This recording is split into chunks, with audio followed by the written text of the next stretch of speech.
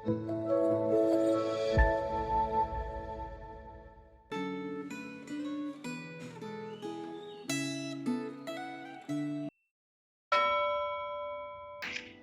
kita berdoa Bapak Ibu Saudara sekalian sebelum kita mendengarkan firman Tuhan. Terima kasih hari ini kami masih diberikan hati untuk datang berdoa dan merenungkan firman-Mu. Berkatilah kami ya Tuhan dengan pemahaman akan firman-Mu yang akan menuntun kami di dalam menjalani kehidupan ini. Terima kasih Tuhan, kami bersyukur kepadamu, di dalam nama Tuhan Yesus kami berdoa. Amin. Pembacaan firman Tuhan pada hari ini di dalam Markus pasal 1 ayat 9 sampai ke 11. Mari kita akan membaca bersama Markus 1, 9 sampai 11. Pada waktu itu datanglah Yesus dari Nazaret di tanah Galilea, dan ia dibaptis di sungai Yordan oleh Yohanes. Pada saat ia keluar dari air, ia melihat langit terkoyak, dan roh seperti burung merpati turun ke atasnya. Lalu terdengarlah suara dari surga, "Engkaulah anakku yang kukasihi, kepadamulah aku berkenan." Judul kita pada hari ini, Anak yang dikasihi Bapa. Setelah Tuhan Yesus selesai dibaptis, Markus mencatat bahwa langit terkoyak, ayat 10. Kata terkoyak menyiratkan sesuatu yang robek secara permanen, bukan sekedar terbuka sementara. Jika disatukan kembali, hasilnya tidak akan sama seperti semula. Hal ini melambangkan sesuatu yang radikal. Pemisah antara langit dan bumi kini terbuka. Di satu sisi, hal ini menunjukkan bahwa jalan menuju Allah telah dibuka bagi manusia lain. Di sisi lain, hal ini juga menandakan bahwa Allah datang dan hadir di antara manusia. Setelah itu, Roh Kudus turun, bukan seperti elang yang menyambar mangsanya, tetapi seperti burung merpati yang lembut dan tenang. Peristiwa ini mengingatkan kita pada peristiwa turunnya Roh Kudus pada hari Pentakosta.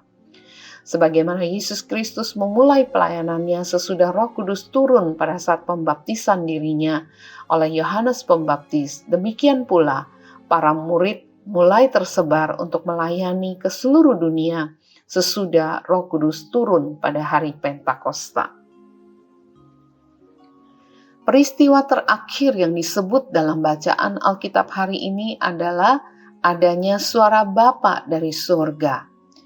"Engkaulah anakku yang kukasihi, kepadamulah aku berkenan." Pernyataan ini adalah puncak penegasan Allah Bapa tentang identitas Yesus Kristus sebagai anak Allah, sekaligus sebagai hamba Allah yang diutus Allah.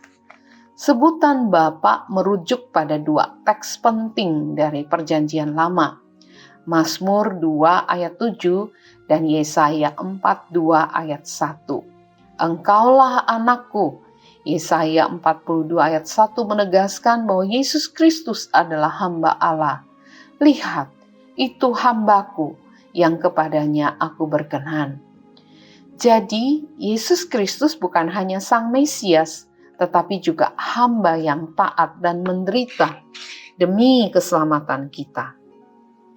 Yesus Kristus dikasihi oleh Allah Bapa bukan karena apa yang ia lakukan, tetapi karena siapa dia, yaitu bahwa dia adalah anak Allah yang merupakan satu kesatuan dengan Allah Bapa. Yohanes 10:30. Relasi kasih dalam kesatuan Allah Tritunggal itu sudah ada dalam kekekalan. Perkenanan Allah Bapa berkaitan dengan ketaatan Yesus Kristus sebagai hamba Allah. Yesus Kristus dikasihi bukan hanya karena identitasnya, tetapi juga karena dia menjalankan tugas mesianik sebagai hamba Allah yang taat sampai mati. Identitas dan ketaatan tidak bisa dipisahkan. Ketaatan Yesus Kristus membuat ia diperkenan oleh Allah Bapa, dan identitasnya sebagai anak Allah dan sebagai hamba Allah diumumkan kepada publik.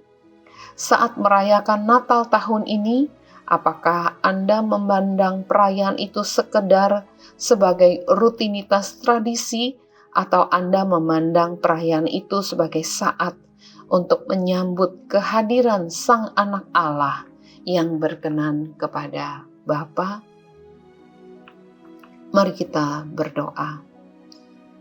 Sama seperti Kristus, karena identitasnya dan ketaatannya, Tuhan tolonglah kami supaya kami mengenal identitas kami sebagai anak-anak Tuhan yang dikasihi oleh Tuhan, sehingga kami boleh taat kepada Tuhan di dalam menjalani kehidupan kami.